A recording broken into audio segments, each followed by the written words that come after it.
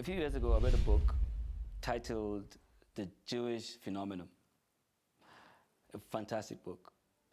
It spoke about a tribe that is just like 13 million in the world, 6 million living in the US, 6 million in Israel, and about millions scattered around the world. Now, this tribe is noted to be the most financially successful tribe in the world. The 6 million American Jews possibly own 25% of the wealth of America.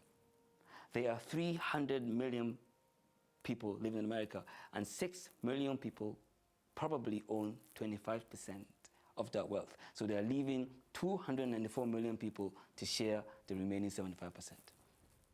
That is incredible. This book enumerates 7 principles that make them who they are. But you know, as a Christian, we all grew up in the church, and we all know the stories of the Jews. And we understood, or we understand, that their wealth is coming from God, Yahweh, or Jehovah, their God, and our God. But this book forgot to mention that. So when I was reading this book, I was waiting to see the God factor in the equation, and it was missing. And then somehow, as I was reading, light shone in my mind. And I think God spoke to me, and he said, I am a generational God. And every success that I bring to you is a generational success. He says, that's why I call myself the God of Abraham, the God of Isaac, and the God of Jacob. And I was amazed. I said, oh, that's what it means. So that little information made me to realize that success is not success unless it outlives you. And success, the God kind of success, is an eternal success, because success is an eternal quality. In the same way that your spirit is eternal, the success that you are built, that's built inside of you, is equally eternal and is transferable. So he said something to me. He said, see, I am the God of Abraham, Isaac, and Jacob, because by the 4th generation, whatever attribute a tribe or family master becomes part of their DNA, part of their sub-molecular structure, which is why I am terming this the quantum chemistry of success. Success is chemical.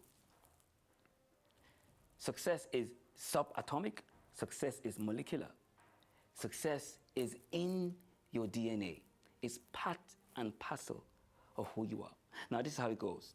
The first person in the family starts off and learns a habit. And he begins to practice this habit. This habit is not in him, it's not part of him, but he's learning it.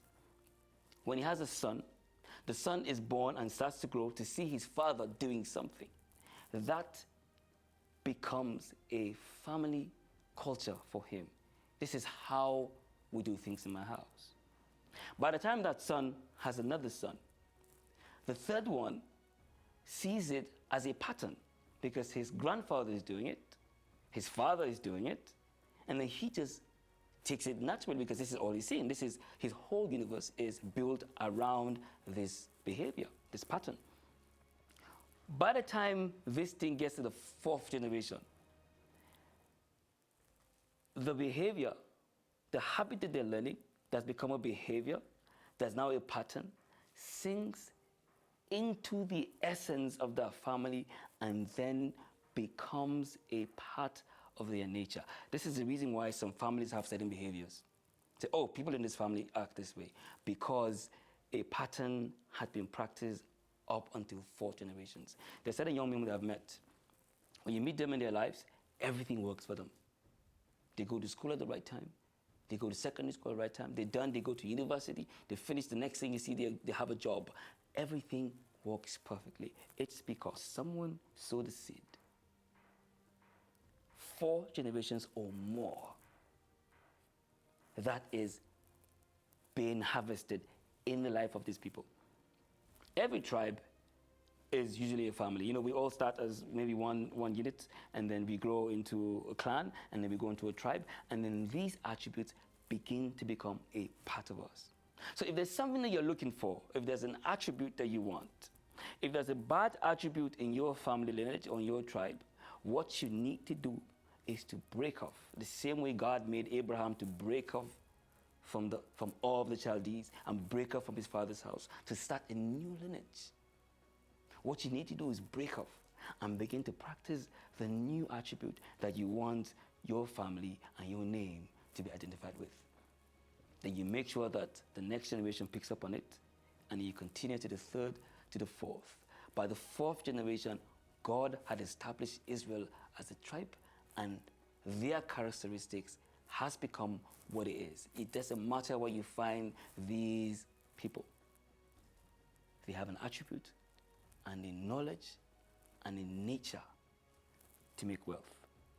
Start building your quantum success today.